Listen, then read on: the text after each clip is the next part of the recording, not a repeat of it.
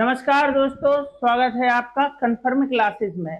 तो आज की क्लास में हम डिस्कस करने वाले हैं अनुपात और समानुपात। तो दोस्तों, अगर आप MP police constable, SSC GD constable, NTPC, railway group D या आरपीएफ एसआई कांस्टेबल या किसी भी स्टेट एग्जाम्स की तैयारी कर रहे हैं तो ये चैप्टर आपके लिए बहुत ही इंपॉर्टेंट होने वाला है दोस्तों। और ये क्लास आपको बिल्कुल भी मिस नहीं करना है। क्यों नहीं करना है? क्योंकि आज की क्लास में हम डिस्कस करने वाले हैं प्रीवियस ईयर के जो भी क्वेश्चन आए हैं, जो भी हमारे कोई एग्जाम हुए हैं, चाहे वो एनटीपीसी का एग्जाम हुआ हो या कांस्टेबल का एग्जाम हुआ हो, एसएससी जीडी का एग्जाम हुआ हो, तो उसमें अगर अनुपात से क्वेश्चन आए हैं तो बेसिक टू हम बिल्कुल हाई लेवल पर जाने वाले हैं। तो आज हम बिल्कुल बेसिक से क्वेश्चन करने वाले हैं। जो और एक भी क्वेश्चन जो है, मैंने कोई भी क्वेश्चन इसमें मन से ऐड नहीं किया है। सारे क्वेश्चन आपके किसी न किसी एग्जाम के हैं और बिल्कुल लेटेस्ट हैं, जो अभी कभी आपसे पूछे गए हैं। तो चलिए, बिल्कुल समय को बर्बाद ना करते हुए आज हम देखते हैं कि भाई हम क्या पढ़ने वाले हैं, अनुपात और समानुपात। तो इससे रिलेटेड पहले हम छोटी सी बातें जान लेते हैं कि आखिर अनुपात बोलते किसे हैं। तो जैसे हम बात करें कि मैंने आपसे पूछा कि मुझे 15 का और 25 का अनुपात चाहिए, 15 और 25 का, तो क्या ये अनुपात है? तो ये अनुपात नहीं है। यानी कि अनुपात बनाने के लिए हम पहले लिखेंगे 15/25, यानी कि एक फ्रैक्शन के रूप में। और फ्रैक्शन हमें पता है कि हम जब इस तरीके से लिखते हैं तो इन्हें हम काटते हैं, तो इनका सरलतम रूप ही क्या होता है? अनुपात होता है। तो क्या ये आपस में कट रहे थे? तो 5 से जाएगा, 5 दिया 15 और 5 25, तो 3/5 आया। इसे हम लिख सकते हैं 3, ये हमारा अनुपात का सिंबल होता है। आप इस तरीके से बना सकते हैं 5, और यही है 15 और 25 का अनुपात, 3 और 5। यानी कि 3/5 को हम 3/5 को ही 3:5 कह सकते हैं, या 3:5 से हम 3/5 लिख सकते हैं, है ना। तो ये कह सकते हैं हम कि इनका सरलतम रूप ही क्या होता है? अनुपात। तो जब तक कटता है आप काट सकते हैं। जैसे मान के चलो, मैंने कहा यहाँ पे कि मुझे 60 मिनट और 12 मिनट, 60 मिनट और 12 मिनट का मुझे अनुपात चाहिए। तो अनुपात बनाने के लिए आपको सिर्फ देखना है क्या ये आपस में कट रहे हैं। अगर कट रहे हैं तो आपको काट देना है। 12 एकम 12 और 12 पंचे 60, ये हमारा अनुपात है। दूसरी बात, काटने से पहले हमें चेक कर लेना है कि इनकी इकाइयां समान है क्या। जैसे यहाँ मिनट था तो यहाँ भी मिनट ही होना चाहिए।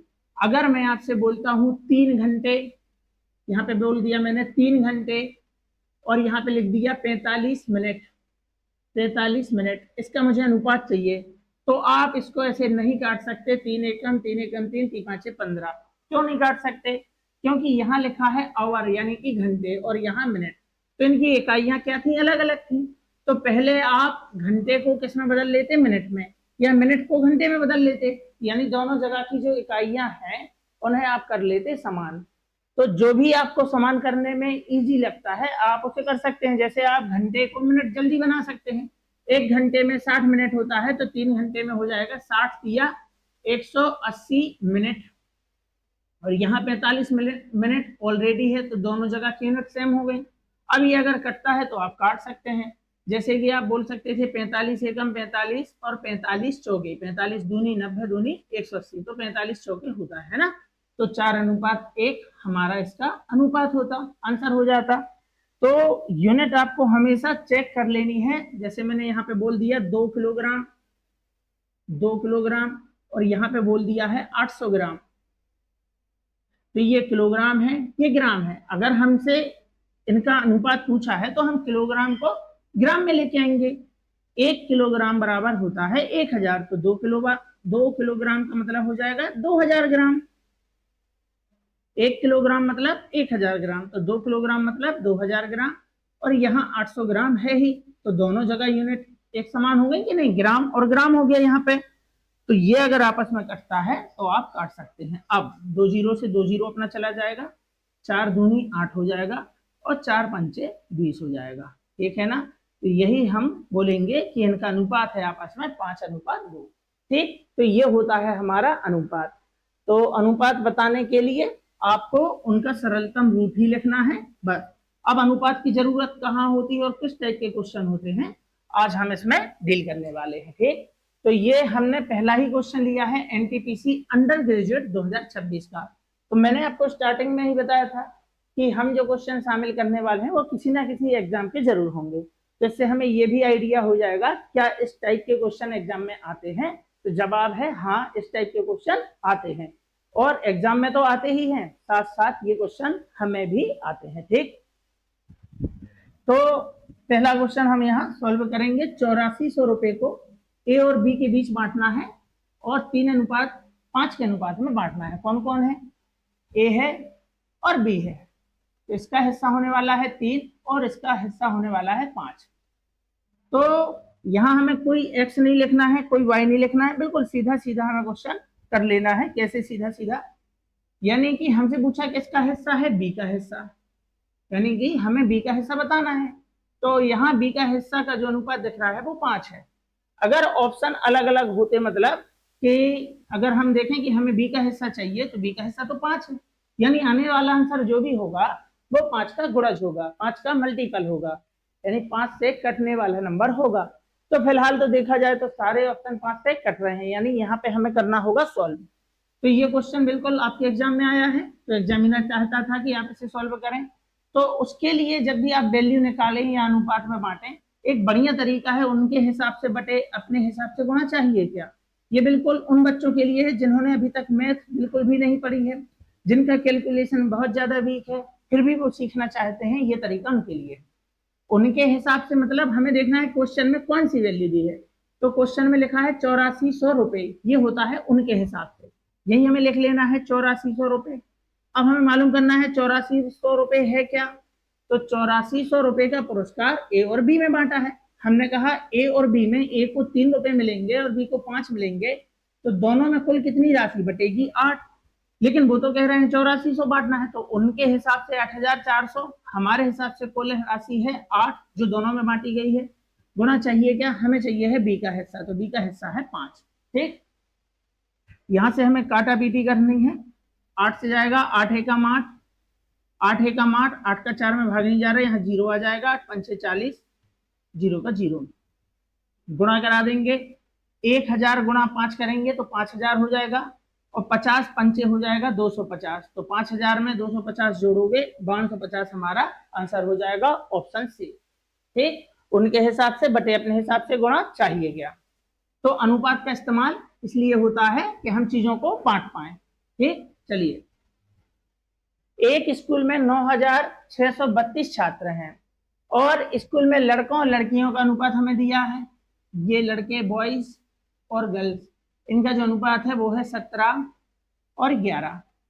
तो हमें क्वेश्चन में कौन सी वैल्यू दी है? तो उसने बताया है कि 9632 छात्र हैं, उनके हिसाब से 9632 छात्र हैं, जबकि हमारे हिसाब से कुल कितने छात्र हैं। छात्र का मतलब होता है लड़के और लड़कियां सबको शामिल कर लो, तो 17 लड़के हैं, 11 लड़कियां हैं, तो कुल कितने बच्चे हो गए यहाँ पे? तो कुल बच्चे हो गए हैं यहाँ पे 28। तो उनके हिसाब से कुल बच्चे 9632, जबकि हमारे हिसाब से हैं 28। गुणा हमें चाहिए क्या है? तो हमें चाहिए है लड़कों की संख्या, तो लड़कों की संख्या होने वाली है 17। ठीक है ना। तो जितनी, अगर आप 28 से काट सकते हैं तो 28 का पहाड़ा पढ़िए, 28 से नहीं काट सकते हैं तो 14 से काट के देखिए, 14 दूनी हो जाएगा हमारा 28, 14 से जाएगा 14 छक्के हो जाएगा 84, और यहाँ बच जाएगा 12, और जब हम यहाँ 12 लिखेंगे तो यहाँ 123 बन जाएगा ये, और 14 से जाएगा 14 अट्ठे 112 हो जाएगा, 123 से 112 गया तो फिर से यहाँ पे 11 बच जाएगा और फिर 112 बनेगा, तो 14 अट्ठे 112। फिर 2 से आप इसे काट सकते हैं, 2 तिया 6 हो जाएगा, 2 चौके 8 हो जाएगा, 2 चौके 8 हो जाएगा। अब हमें इन दोनों का गुणा कराना है, लेकिन सबसे पहले हम देख लेंगे यूनिट डिजिट, यानी कि 4 सत्ते 28, इसका इकाई अंक और इसका इकाई अंक का आप गुणा करा के देख लो, क्योंकि यहाँ पे इकाई अंक से हम दो ऑप्शन एलिमिनेट कर सकते हैं। तो 7 चौके 28, यानी इकाई अंक 8 होगा, तो ना तो ये हमारा आंसर है और ना ही ये हमारा आंसर है। और फिर आप चाहें तो 17 की विभाजिता भी चेक कर सकते थे, तो 17 की विभाजिता अब अगर हम चेक करेंगे उतने में गुणा ही करा सकते हैं, तो गुणा करा लो, 17 चौके हो जाएगा यहाँ पे देखो 68, यहाँ आ जाएगा 6। 17 चौके 68 और 68 में आप 6 जोड़ोगे तो 74, 74 का आ जाएगा 4, यानी लास्ट में हमें 48 चाहिए, जबकि यहाँ 28 है, तो ये नहीं होगा, ऑप्शन सी हमारा आंसर हो जाएगा। तो 17 चौके 68, 6 17 चौके 68 और 6 74 का 4, यहाँ 7, 17 3 51, 51 में 7 जोड़ोगे यहाँ जाएगा 58, यानी कि 5848 हमारा आंसर है, ऑप्शन सी। ठीक है ना। तो इस तरीके से क्वेश्चन आपके एग्जाम में आएंगे, और ये ग्रेजुएट लेवल का क्वेश्चन था 2026 का, ठीक, रेलवे का। तो एसएससी जीडी कांस्टेबल 2025 में भी इस टाइप का क्वेश्चन आया है, और इसे आप आसानी से कर सकते हैं। तो जैसा कि राम श्याम और कार्तिक के बीच 4800 रुपए को 8 4 और 3 के अनुपात 4 8 और 3 के अनुपात में विभाजित किया गया है। तो हमसे पूछा है श्याम को कितनी धनराशि मिलेगी। तो अगर हम ऑप्शन से देखना चाहें तो यहाँ हम देख पा रहे हैं कि जैसे श्याम है, तो श्याम का हिस्सा क्या है, राम श्याम और कार्तिक।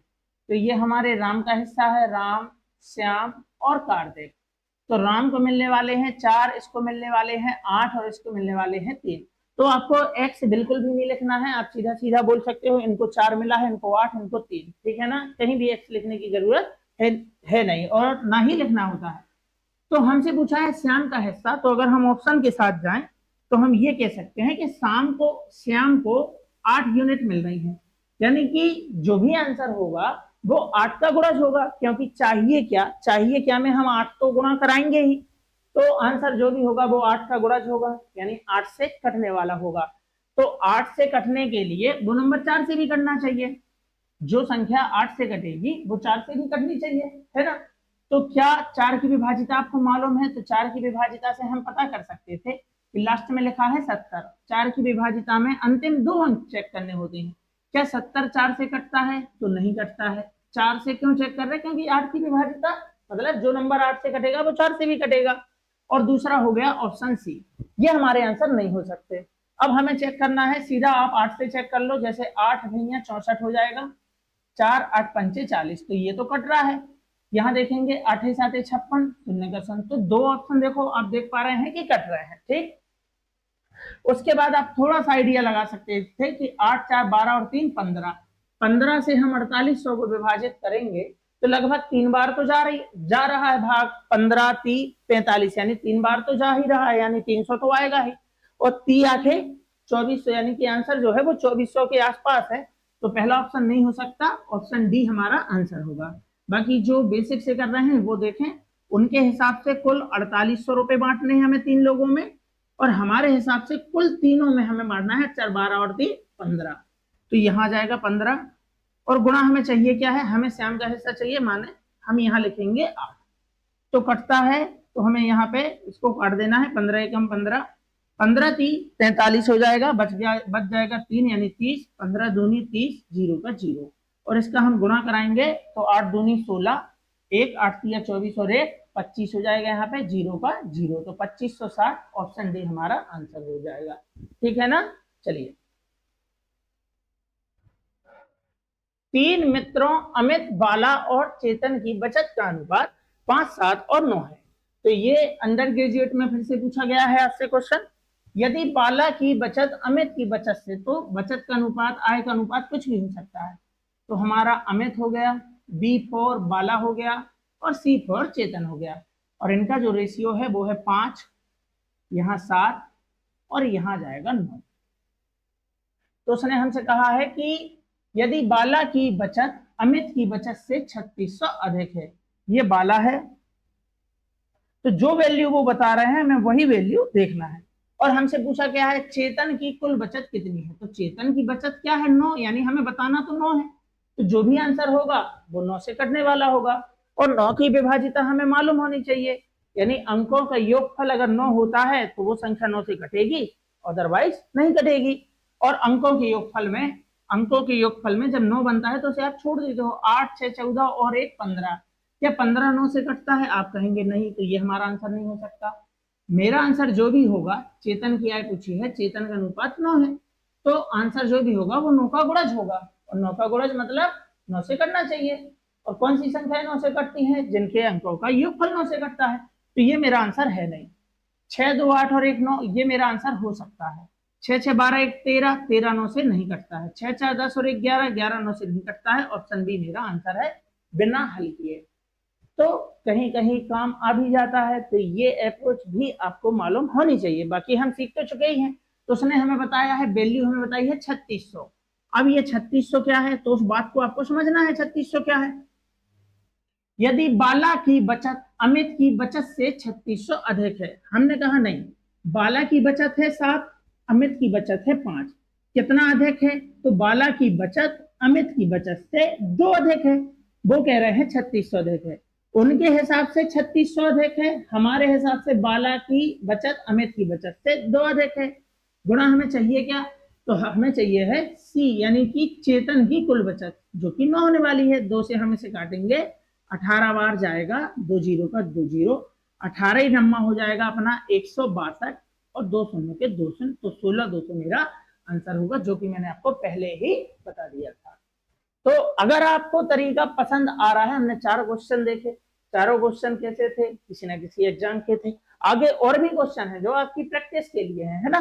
तो इस तरीके से आपको आंसर करना है। अगर आप ऑप्शन के साथ खिलवाड़ कर सकते हैं तो बहुत अच्छी बात है, और ये अप्रोच हमें सीखनी होगी।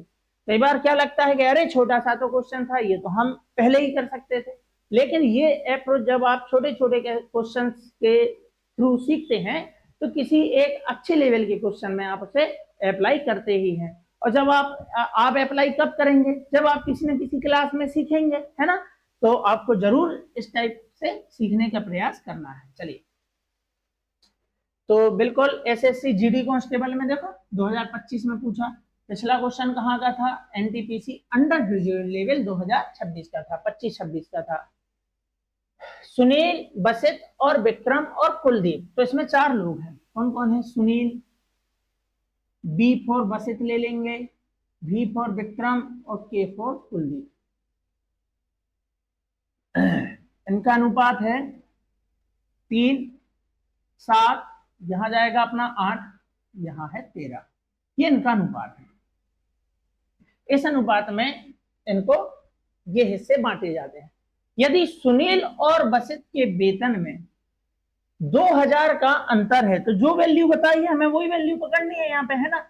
और तो विक्रम और कुलदीप के वेतन में कितना अंतर है, तो हमसे पूछा है विक्रम और कुलदीप के वेतन में कितना अंतर है, यानी कि ये हमसे पूछा है विक्रम और कुलदीप, तो अंतर है 5 का।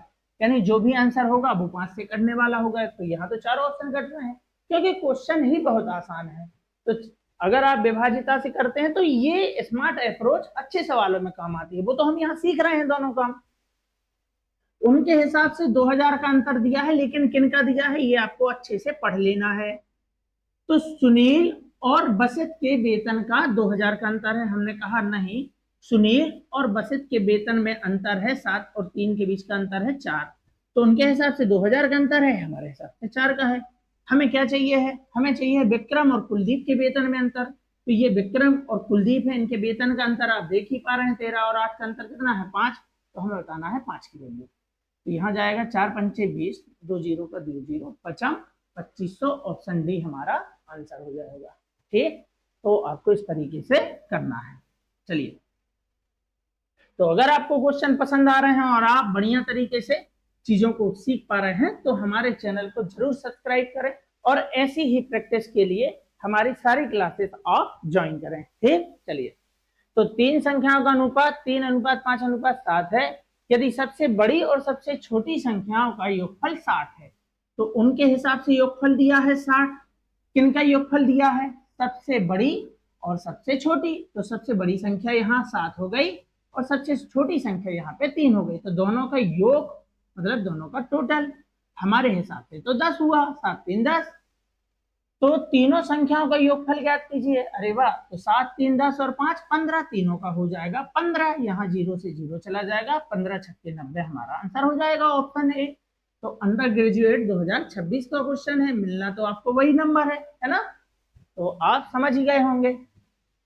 तो ये क्वेश्चन रिपीट हो गया, कोई बात नहीं, ये क्वेश्चन हम पहले कर चुके हैं, ये रिपीट हो गया है ना। चलिए, तो ये देखो,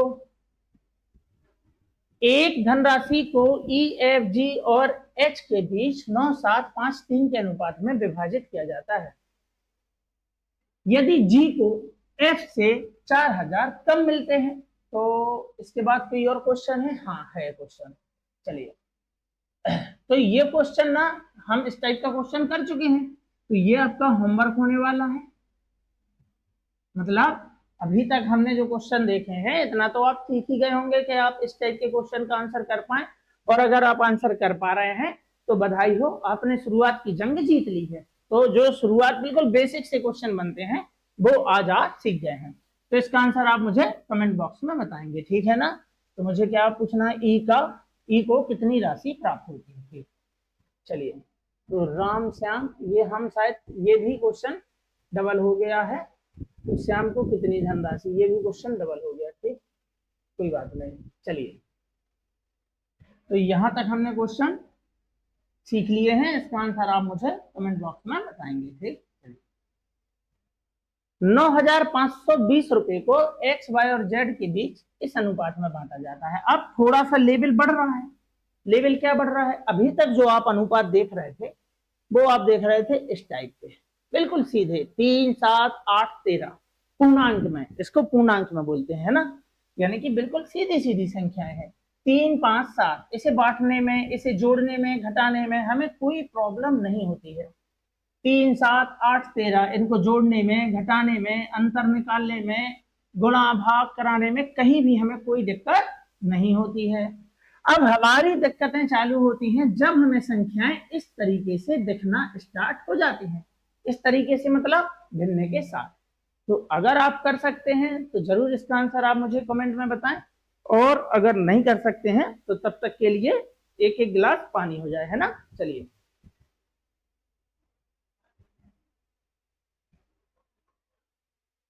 तो चलिए फिर देखते हैं कि कैसे करना है। तो अभी भी क्वेश्चन वही है, लेकिन उसने जो संख्याएं दी हैं वो भिन्न के साथ दी हैं। तो अब हमें एक्स, वाई और जेड के बीच, तो हमें जब भी चीजों को विभाजित करना है, वितरित करना है या फिर बांटना है, हमें मालूम होने चाहिए अनुपात। तो यह अनुपात है 1/2, यहाँ है 1/4, और यहाँ पे होने वाला है 5/16। यहाँ आने वाला है 5/16। तो अगर अनुपात बिल्कुल वैसे होते जैसे हमने पिछले क्वेश्चंस में देखे तो हमें कोई भी आपत्ति नहीं थी। ये भी अनुपात ही है, लेकिन इस बार अनुपात ने दे दिया है धोखा। धोखा कैसे दे दिया है? ये बटे करके आ गए। तो हमें अनुपात में परेशानी जा कहाँ रही है? हमें परेशानी जा रही है कि हमें अनुपात इस तरीके से चाहिए। इस तरीके से मतलब इनके बटे में कुछ नहीं होना चाहिए, इनके बटे में कुछ नहीं होना चाहिए, सिर्फ ऊपर ऊपर की संख्या ही होनी चाहिए। तो अनुपात हमें आता है, लेकिन कौन सा अनुपात आता है? जिसके नीचे का कोई भी मेंबर हमारे साथ ना हो, यानी कि हमें बिल्कुल सीधी सीधी संख्याएं चाहिए। तो हमें दिक्कत हो कहाँ रही है? तो हमें दिक्कत हो रही है इन नीचे वाली संख्याओं से, हो रही है ना, क्योंकि संख्याएं आ गई हैं भिन्न में। अगर ये 1, 1, 5 होती, ये 2, 4, 16 नहीं होता तो कितना अच्छा होता। तो भाई ये क्वेश्चन मैंने मन से थोड़ी बनाया है, ये क्वेश्चन आपके एग्जाम का है। जब यहां आ सकता है तो एमपी पुलिस कांस्टेबल में भी आ सकता है ना? चलिए, तो 2, 4 और 16 हमें बिल्कुल भी पसंद नहीं आया है, क्योंकि हमें ये कैलकुलेशन में बाधा पहुंचाएगा। तो 2, 4, 16 को अगर आपको खत्म करना है तो ये अनुपात ही है, ये आपको देख लेना है। अनुपात तो हमें दिए हैं, लेकिन हमें दिए हैं 2, 4, 16 के साथ, तो इनको खत्म करना है। तो इस 2, 4 और 16 का आपको एलसीएम लेना है। एलसीएम, एलसीएम मतलब ऐसी संख्या ले आओ जो 2 के पहाड़े में भी आती हो, 4 के पहाड़े में भी आती हो और 16 के पहाड़े में भी आती हो, और छोटी से छोटी हो, मतलब ज्यादा दूर की संख्या नहीं लाना है। तो वह संख्या होने वाली है 16। 16 वह संख्या है जो 2, 4 और 16 से कट जाएगी। 2, 4, 16 का एलसीएम 16 ही है, और उस 16 का गुणा आप तीनों जगह करा दो, 16 और 16। और फिर अगर कटता है तो काटो, तो कटेगा ही, 2 से जाएगा 8 बार, तो यहाँ हो जाएगा 8 एकम 8, यानी एक्स का हिस्सा 8 हो गया यहाँ पे। 4 से जाएगा, 4 चौके 16, यहाँ आ जाएगा 4 एकम 4, 16 से 16 एक बार यहाँ इन दोनों का गुणा हो जाता है क्योंकि बीच में गुणा है, तो 5 एकम 5। तो यही अनुपात हमने बहुत ही आसान बना लिए, बिल्कुल पिछले क्वेश्चन के जैसे 8, 4 और 5 में, ठीक है ना। तो यहाँ पे उनके हिसाब से हमें कितनी राशि बांटनी है, 9520 कुल राशि। हमारे हिसाब से तीनों में कुल राशि 8, 4, 12 और 5 हो गया हमारा 17। गुणा चाहिए क्या, तो हमें चाहिए है y का हिस्सा जो कि होने वाला है 4, तो यहाँ आप लिख लेंगे 4। 17 से जाएगा, 17 एकम 17, 17 पंचे हो जाएगा 85, बच गया 10, यानी यहाँ हो जाएगा 102, 17 छक्के 102, शून्य का शून्य। यहाँ गुणा करा लेंगे, 4 छः 24, 2 4 पंचे 20 और 2 हो जाएगा 22 और शून्य का शून्य, यानी 2240 हमारा ऑप्शन बी आंसर हो जाएगा। बोलो बात समझ गए ना। अगर आप इसे सीख जाएंगे तो आपको ज्यादा समय तो लगने वाला है नहीं अप्लाई करने में, लेकिन मेरे पढ़ाने का पर्पस सिर्फ यही है कि अगर आपने आज के पहले कभी भी नहीं पढ़ा तो गारंटी है मेरी तरफ से कि 101% अगर आप चीजों को पूरा सुन रहे हैं, स्किप नहीं कर रहे हैं, तो आपको ये चीजें बहुत अच्छे तरीके से समझ में आने वाली हैं। ठीक, तो जब भी अनुपात बटे में आ जाए यानी भिन्न के साथ आ जाए तो नीचे नीचे वाली संख्याओं को आप खत्म कर सकते हैं। कैसे, इन नीचे नीचे वाली संख्याओं का एलसीएम ले लो और उसका गुणा सभी जगह करा दो। टेंशन की बात नहीं है, हम फिर से उसी टाइप का क्वेश्चन लेके आए हैं। एक में नहीं समझ में आएगा, दो में समझ में आएगा। तो अनुपात हमें आता है, लेकिन हमें दिक्कत हो जाती है जब अनुपात भिन्न में आ जाता है, यानी हमें परेशान करने लगते हैं ये 5, ये 4 और ये 5।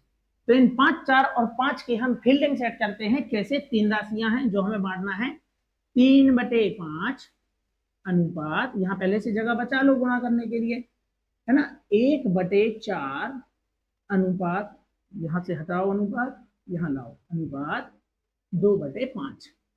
हमें दिक्कत ऊपर वालों से बिल्कुल भी नहीं है, हमें दिक्कत है नीचे वाली संख्याओं से, यानी हमें परेशान कर रही है नीचे वाली संख्याएं। तो हम 5, 4 और 5 को अगर हमें अलग करना है तो हमें इनका एलसीएम चाहिए, यानी ऐसी कोई संख्या ढूंढ के लाओ जो 5 से भी कट जाए और 4 से भी कट जाए। तो वो संख्या है 20, यानी हमें गुणा कराना है सभी जगह 20 का, 20, 20 और 20, और बस यहां से धड़ाधड़ इसको काटो। 5 से जाएगा 4 बार, 5 के 20, यहां जाएगा 4 दिया 12, 4 पंचे यहाँ 20, तो यहां जाएगा 5 और 5 चौके यहाँ पे हो जाएगा 20, तो 4 दूनी 8। तो तीनों राशियों का योग क्या है, तो हमें क्या दिया है, सबसे छोटी राशि है 1000 रुपए। तो सबसे छोटी राशि उनके हिसाब से है 1000, यानी सवाल के हिसाब से। हमारे हिसाब से सबसे छोटी राशि 12, 5, 8 में से सबसे छोटा कौन है, 8। हमारे हिसाब से सबसे छोटी राशि है 5, सॉरी 5, 12, 5, 8 में सबसे छोटा कौन है, 5। हमें चाहिए क्या है, तीनों राशियों का योग। तो 12, 8, 20 और 5, यहाँ पे चाहिए हमें 25, यहाँ पे चाहिए हमें 25, है ना। 12, 8, 20 और 5, 25, 5 से जाएगा 50, 25, 1000 गुणा 5 कराएंगे, ऑप्शन ए हमारा आंसर हो जाएगा 5000। ठीक है ना। चलिए, जल्दबाजी में अगर पढ़ाते पढ़ाते कुछ गलत निकल जाता है तो घबराने की जरूरत नहीं है, मैं उसे सही कर लूंगा। हो जाता है कई बार जल्दबाजी में, लेकिन मैं कोशिश करूंगा कि आगे से ऐसी गलती ना हो। ठीक, चलिए, तो बिल्कुल वैसा ही क्वेश्चन है। पिछला क्वेश्चन हमने कहाँ का, ये एसएससी जीडी में पूछा था। ये क्वेश्चन कहाँ पूछा था, एनटीपीसी अंडर ग्रेजुएट में। तो हमें ये बिल्कुल भी नहीं देखना है कि ये तो एनटीपीसी का क्वेश्चन है, हमारे कांस्टेबल में क्यों आएगा। तो भाई एनटीपीसी का क्वेश्चन, एसएससी जीडी का क्वेश्चन जब एनटीपीसी में आ सकता है इस लेवल का, तो कांस्टेबल रैंक के किसी भी एग्जाम में आ सकता है। तो हम प्रीवियस ईयर के क्वेश्चन एमपी पुलिस कांस्टेबल में जो आए थे वो तो देखेंगे ही आगे आने वाले समय में, लेकिन हम बिल्कुल लेटेस्ट क्वेश्चन देखेंगे कि अभी एग्जामिनर कहाँ से क्वेश्चन पूछ रहा है। ठीक, तो ये बिल्कुल बेसिक से क्वेश्चन थे। तो फिर से एक और बढ़िया सा क्वेश्चन है, पी क्यू और आर। तो पी क्यू और आर के बीच क्रमशः हमें बांटना है 2/3, और अनुपात यहाँ पे सिर्फ सर 3 ही लिखा है, और यहाँ पे अनुपात लिखा है 1/3। ठीक, तो सर यहाँ पे हमें इससे तो कोई दिक्कत नहीं है, तो क्या करें, इसको छोड़ दें, तो नहीं, ये हमें अनुपात भिन्न में ही दिए हैं। अब इसके बटे में अगर कुछ नहीं है और आपको ऐसा लगता है कि अब जब सब बटे में है तो इसमें भी बटे में कोई संख्या होनी थी, तो जिस संख्याओं के बटे में कुछ नहीं होता उसके बटे में होता है 1। जिन संख्याओं के बटे में कुछ नहीं होता लेकिन आपको जरूरत समझ में आ रही है यहाँ पे भी होता तो सही होता, हम कंफ्यूज नहीं होते, तो आप उसके बटे में लिख सकते हैं 1। हर संख्या के बटे में आप लिख सकते हैं 1। ठीक, तो बिल्कुल वैसा ही क्वेश्चन हो गया और इसे आप बिल्कुल वैसे ही सॉल्व कर सकते हैं। तो हमें ये 3 खत्म करना है, 3 1 3, तो किसका गुणा करा दें, तो हम 3 का ही गुणा करा दें क्योंकि सब जगह 3 ही तो था, यहाँ 3 और यहाँ 3। 3 1 3 का एलसीएम क्या होगा, 3 ही तो होगा, 3 से 3 कट जाएगा एक बार में, 1 से 3 3 ही बार में जाएगा और 3 से 3 एक बार में, तो होगा क्या अनुपात, यहाँ 2 आ जाएगा, यहाँ 3 तिया 9 हो जाएगा और यहाँ 3 से 3 कट गया, यहाँ 1 हो जाएगा। ठीक, तो हमसे क्या पूछा है, आर का हिस्सा क्या है, तो पी क्यू आर तीनों में कितने रुपए बांटना है, अच्छा 8,400 रुपए, और हमारे हिसाब से कुल तीनों में कितने रुपए बांटे गए हैं, 9 और 1 10 और 2 12। गुना चाहिए क्या, हमें चाहिए है आर का हिस्सा, यानी कि हमें 1 की वैल्यू बतानी है।